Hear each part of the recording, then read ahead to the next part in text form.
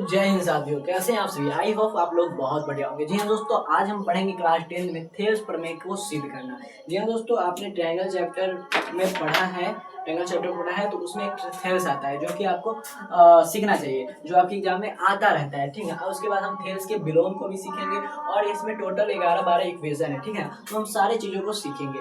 पहले हम सीखेंगे थेल्स प्रमेय को सिद्ध करना। ठीक है, तो आइए हम उसको सीखते हैं। अगर आप ये सीख जाते तो आपके 5 नंबर आपके अपने हो गए। ठीक है, तो आइए इसको बड़ी सिंपल वे से समझेंगे। थेल्स प्रमेय, क्या नाम है इसका? थेल्स प्रमेय। इसको किसने दिया भाई? थेल्स जी ने दिया। जी हाँ दोस्तों, थेल्स प्रमेय जी ने दिया थेल्स प्रमेय। ठीक है, तो इसको हम सिद्ध करना सीखेंगे। ये कहता क्या है, तो आइए इसको जानते हैं। देखिए, इसको जानते हैं। सबसे पहले इसके क्वेश्चन में पढ़ते हैं कि इसका क्वेश्चन कैसे दिया रहेगा। ठीक है, तो उसके बाद हम जानेंगे कि इसको सिद्ध करना कैसे है। ठीक है, देखिए यहाँ पे लिखा हुआ है, क्या लिखा है कि यदि किसी त्रिभुज की एक भुजा के समांतर अन्य दो भुजाओं को भिन्न भिन्न बिंदुओं पर प्रतिच्छेद करने के लिए एक रेखा खींची जाए तो ये अन्य दो भुजा एक ही अनुपात में विभाजित होती है। चलिए हम इसको लिखते हैं। इसको क्या करते हैं? लिखते हैं। आपके सामने कुछ ऐसा ही लिखा रहेगा और इसको कहेगा सिद्ध करने के लिए। देखिए कैसे लिखेगा। यदि किसी थोड़ा नीचे से लिखते हैं। यदि किसी त्रिभुज की एक भुजा के समांतर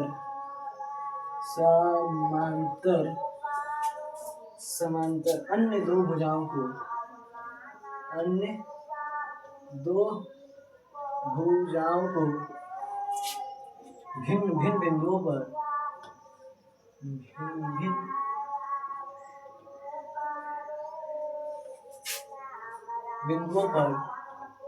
बिंदुओं पर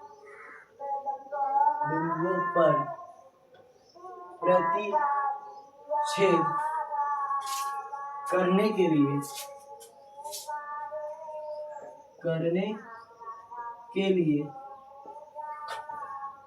एक रेखा खींची जाए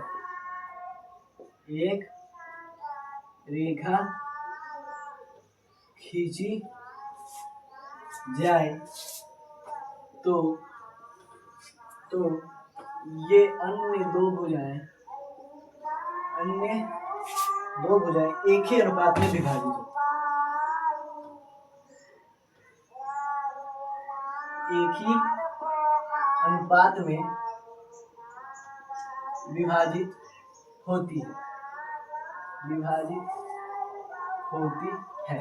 ठीक है, ऐसे आपके सामने कुछ लिखा रहेगा और तब आपको सिद्ध करने के लिए बोलेगा। ऐसे लिखा रहेगा। ठीक है, तो अब आप क्या करो, अब आप इसको सिद्ध करना सीखो। क्या करना है सिद्ध? तो पहले आप एक त्रिभुज बनाओ, प्यारा प्यारा सा। क्या बनाओ? प्यारा प्यारा सा त्रिभुज बनाओ। A1 डैश B1 डैश, ऐसे नहीं, ABC। ABC क्या है? एक त्रिभुज है। ठीक है, ABC क्या है? एक त्रिभुज है और इसमें कह रहा है कि BC के समांतर एक रेखा खींची गई। मान लो कि ये D है। ठीक है, D है। इतना समझ में आया? तो अब आप थ्योरी में लिखोगे। क्या लिखोगे थ्योरी में? माना कि ABC एक त्रिभुज है। ABC एक त्रिभुज है। ठीक ना? ABC क्या है? एक त्रिभुज है जिसका BC के समांतर DE रेखा है। जिसके BC के समांतर DE रेखा खींची गई। DE रेखा, आप इतना लिख लोगे। ठीक है, आप बोलो हाँ। अब उसके बाद इतना ही सही है, इतना लिख लोगे। अब आप क्या करना है? अब आप रचना का थोड़ा काम करते हैं। पहले इस वाले लाइन को, ये D है, इसको यहाँ पे मिला के इसको क्या कर देना, इसको डॉटेड करना, इसको यहाँ पे एक अभिलंब डालना और इसका नाम देना M, और ऐसे ही एक इसका यहाँ पे नाम देना। दो बिंदुओं पर प्रतिच्छेद करती है। आपको यहाँ पे लिखा गया है कि भिन्न भिन्न बिंदुओं पर प्रतिच्छेद करने के लिए एक रेखा खींची जाए। ठीक है, तो आप यहाँ पे लिख सकते हो, यहाँ पे N दे दो।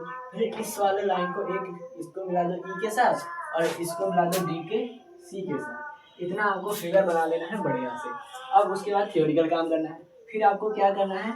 आपको यहाँ पे ये लिखने देने के बाद सिद्ध करना है कि, इसको थोड़ा इधर लिखते, ये कॉपी है तो अच्छा लगता। ठीक है, फिर उसके बाद मान लीजिए इसको इधर ही लिखते हैं, थोड़ा जगह भी बचेगा और अच्छा भी लगेगा।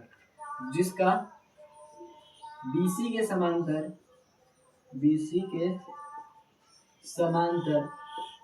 DE रेखा है, ठीक है, ऐसे ही लिखना है आपको एग्जाम में भी।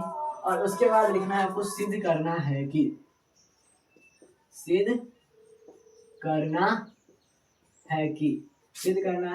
आपको क्या सिद्ध करना है कि एक ही अनुपात में विभाजित होती है। जो AD होगी वह किसके BD के बराबर होगी, और AE जो होगी EC के अनुपात में होगी। ओके, यही आपको सिद्ध करना है, ठीक है, आपको सिद्ध करना है।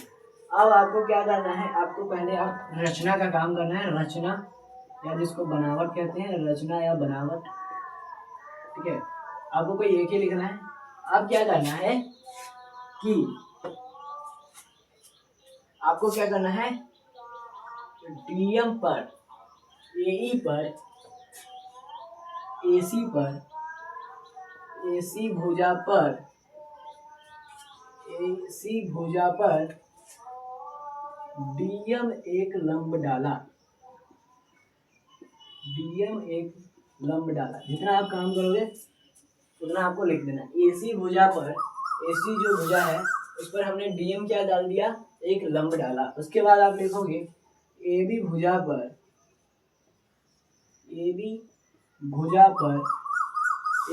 पर EN एक लंब डाला, ये लिख दिया आप, लंब डाला, ठीक है, दूसरा, तीसरा। और उसके बाद आप क्या लिखोगे कि उसके बाद आप लिखोगे B से E को मिलाया, ठीक है ना, बिंदु B से E एक सरल रेखा खींचा, ऐसे भी आप लिख सकते हैं। बिंदु B से E को मिलाकर एक सरल रेखा खींचा,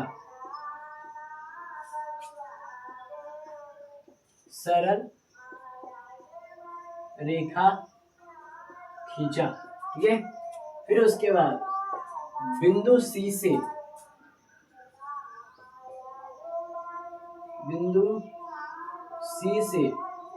D को मिलाकर एक सरल रेखा खींचा,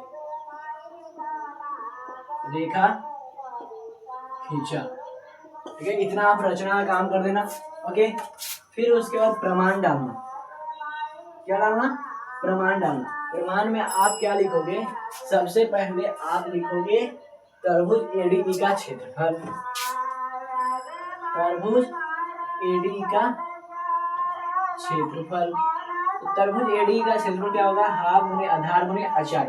तो यहाँ पे आप सबसे पहले आधार देखो, तो आधार ADE का क्या होगा भाई, तो ADE का आधार पहले इस वाले लंब से हमें काम करना है, पहले एक लंब से काम करना है, तो पहले इस वाले लंब को डालो, इसको EN वाले, तो इसका आधार क्या हो जाएगा, AD हो जाएगा, बोलो हाँ ना, EN। पहले हम क्या बोले, त्रिभुज AD का क्षेत्रफल निकालना है, लेकिन इस वाले लंब से नहीं, DM वाले लंब से नहीं, पहले EN वाले लंब से हमको काम करना है। तो EN आपको डाल देना, तो EN क्या हो जाएगा, ऊंचाई हो जाएगा। अगर लंब EN होगा तो आधार AD हो जाएगा, बोलो हाँ ना, इतना लिख देना है। आप बोलोगे हाँ, इतना बात तो समझ में आता है।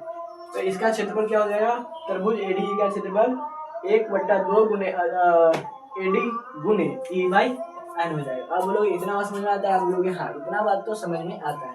अब देखो ये जो हो जाएगा समीकरण 1 हो जाएगा, बोलो हाँ ना, इतना बात समझ में आ गया। फिर उसके बाद लिखेंगे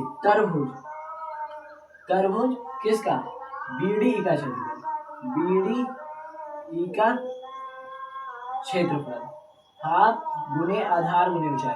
देखो तो उसका आधार हम BD ही लेंगे और ऊंचाई क्या लेंगे, तो ऊंचाई भाई अगर ED पर ना लंब डाला गया है EN, तो इसका भी जो लंब होगा वो EN ना होगा, तो BD इसका आधार होगा, तो इसका EN भी क्या हो जाएगा, ऊंचाई हो जाएगा इसका भी। तो ये हो गया समीकरण 2। क्या हो गया, समीकरण 2। अब देखो हम ये 2 त्रिभुज का निकाल दिए। अब हम क्या लिखेंगे, समीकरण 1 को समीकरण 2 से भाग देने पर, समीकरण 2 से भाग दिया, ठीक है। फिर उसको बाद लिखेंगे एरिया ऑफ तरबूज एडी और एरिया ऑफ तरबूज बीडी, ठीक है। तरबूज बीडी क्या लिखोगे, हाफ इंटू एडी गुने EN और हाफ गुने बीडी गुने क्या लिखोगे EN। बोलो इतना बात समझ में आया। तो हाफ से हाफ गया और EN से EN गया। अब बचा क्या मेरे भाई, अब बचा AD बाई BD, बोलो है ना, AD बाई BD बच गया, AD बाई BD। अब ये जो हो गया समीकरण 3 हो गया, ये जो हो गया क्या हो गया, समीकरण 3 हो गया, ठीक है। समीकरण 3 हो गया। अब हमने इस वाले त्रिभुज को इस वाले लंब का काम कर दिया। हमको इस वाले थेल्स में एक चीज यहाँ पे काम करना है कि हमको ना पहले एक लंब से काम करना है, पहले माइंड में ये होना चाहिए, और उसी वाले लंब के उसी वाले त्रिभुज से काम करना है। इतना बात समझ में आना चाहिए। अब हमने इस EN वाले का पूरा काम कर दिया, अब हम DM वाले का काम करेंगे। फिर से हम क्या लिखेंगे, तरबूज ADE का क्षेत्रफल। क्या लिखेंगे मेरे भाई, तरबूज ADE का क्षेत्रफल। तो हाफ गुने आधार गुने ऊंचाई। अब देखो आधार हम अब क्या लेंगे, AE लेंगे। क्यों लेंगे, क्योंकि अब हमको DM का काम करना है, DM लंब से काम करना है, ठीक है। तो इसको मान लो समीकरण 4, ओके, समीकरण 4। फिर तरबूज उस वाले लंब से काम करना है, तो तरबूज यहाँ पे कौन हो जाएगा, तो वहां पे हो जाएगा मेरे भाई तरबूज DEC का क्षेत्रफल, ओके। इतना बात समझ में आता है, आप बोलोगे हाँ। हाथ आधार जो हो जाएगा वो क्या हो जाएगा भाई, BC हो जाएगा, और लंब जो हो जाएगा DM हो जाएगा, और ये हो जाएगा समीकरण 5। अब हम लिखेंगे समीकरण 4 को समीकरण 5 से भाग दिया। क्या दिया मेरे भाई, समीकरण 4 को समीकरण 5 से क्या दिया, भाग दिया। इतना बात आप बोलोगे समझ में आया, आप बोलोगे हाँ समझ में आया। अब थोड़ा हम ऊपर ले चलते हैं, यहाँ पे लिखते हैं, तब क्या हो जाएगा, एरिया ऑफ क्या हो जाएगा, तरबूज AD और भागा तरबूज DEC। इतना बात समझ में आया, आप बोलोगे हाँ। तो हाफ इंटू AE और ऊंचाई क्या था DM और भागा ये जो होगा हाफ इंटू जो होगा AE है, तो ये हो जाएगा EC और ये हो जाएगा DM। हाफ से हाफ गया, DM से DM गया, और AE बाई AC बच गया, AE बाई AC बच गया। और ये जो हो गया समीकरण क्या हो गया, 5 हो गया, समीकरण 5 हो गया। अब हमने इतना काम कर लिया। अब हम क्या करेंगे, एक काम और करेंगे, क्या करेंगे, तरबूज एक चीज और लिख देंगे। फिर उसके बाद समीकरण 3, 5 और जो आएगा 6, उससे लिखने के बाद वो सीधा दर्शा देंगे, हमारा काम हो जाएगा। अब हम आपको थ्योरी और लिखना पड़ेगा, क्या लिखना पड़ेगा, तो देखिए आपको लिखना पड़ेगा तरबूज BD और ये अलग है भाई, तरबूज BD और तरबूज DEC एक ही आधार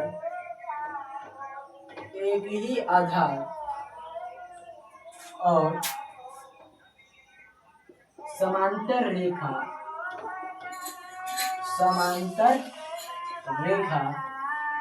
BD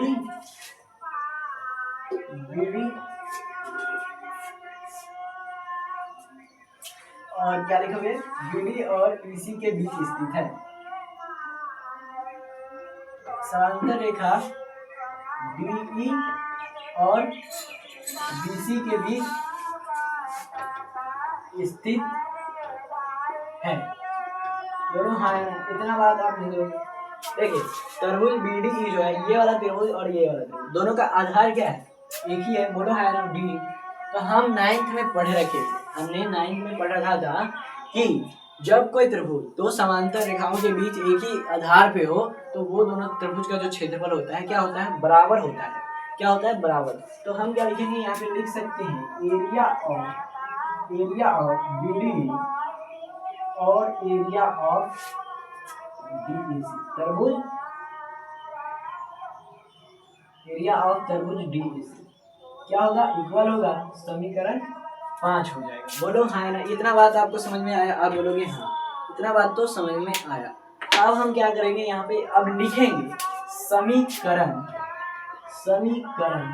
3 ले लो, समीकरण 3 और समीकरण 3 4 और 5, समीकरण 3 4 और ये 5 और 6 से, ठीक है। हमें 3 तो यहाँ पे लिखा ही है, 4 भी यहाँ पे, 5 भी होगा। मान लो यहाँ पे क्या लिखेंगे हम, 5 और ये जो हो जाएगा 6 हो जाएगा, तो 6 हो जाएगा और ये हो जाएगा 7। तो हम लिखेंगे समीकरण 3 6 और 7 से क्या लिखेंगे, वही बात जो हमें सिद्ध करना है, जो AD बाई BD है, AD बाई BD है, तो किसके इक्वल हो जाएगा, AE by AE equal to EC। बोलो है ना, यही तो हमें प्रूफ करना था, AD बाई BD और equal to AE by EC, इतना हम कर लिए। अब ये हमारा थेल्स प्रमेय क्या हो गया, सिद्ध हो गया। अगर इस तरीके से अगर आप पूरे एग्जाम में बना देते हो तो मेरे भाई आपका 5 नंबर कोई नहीं रख सकता। और ये इस तरीके से हमारा थेल्स प्रमेय क्या हो गया, सिद्ध हो गया। और इसी तरीके से हम आगे के जितने भी वो जो त्रिभुज के सिद्ध करने वाले हैं प्रमेय, उन सभी को सीखेंगे। अभी हमने थेल्स सीखा, थेल्स के विलोम को सीखेंगे, फिर पाइथागोरस सीखेंगे, फिर पाइथागोरस के विलोम को सीखेंगे, है कि नहीं, जो इम्पोर्टेंट है सभी सीखेंगे, है कि नहीं। और इस तरीके से हमने पूरा थेल्स को सीख लिया। और हमने इस वीडियो को आप क्या कर लीजिए, लाइक कर लीजिए अगर पसंद आया तो। और हाँ, और आप नए हैं इस चैनल पे तो इस चैनल को सब्सक्राइब कर लीजिए, क्योंकि इसी तरीके से मैं इस वीडियो पे बहुत ही नए चीज़ लाया करता हूँ। इस पे कभी साइंस के, मैथ के, SST के, जितने भी 10th क्लास के, यानी ऑल जितने भी हैं, उन सभी चीज़ों का यहाँ पर भरमार है। तो इसलिए इस चैनल को सब्सक्राइब कीजिए। मिलते हैं अगले वीडियो।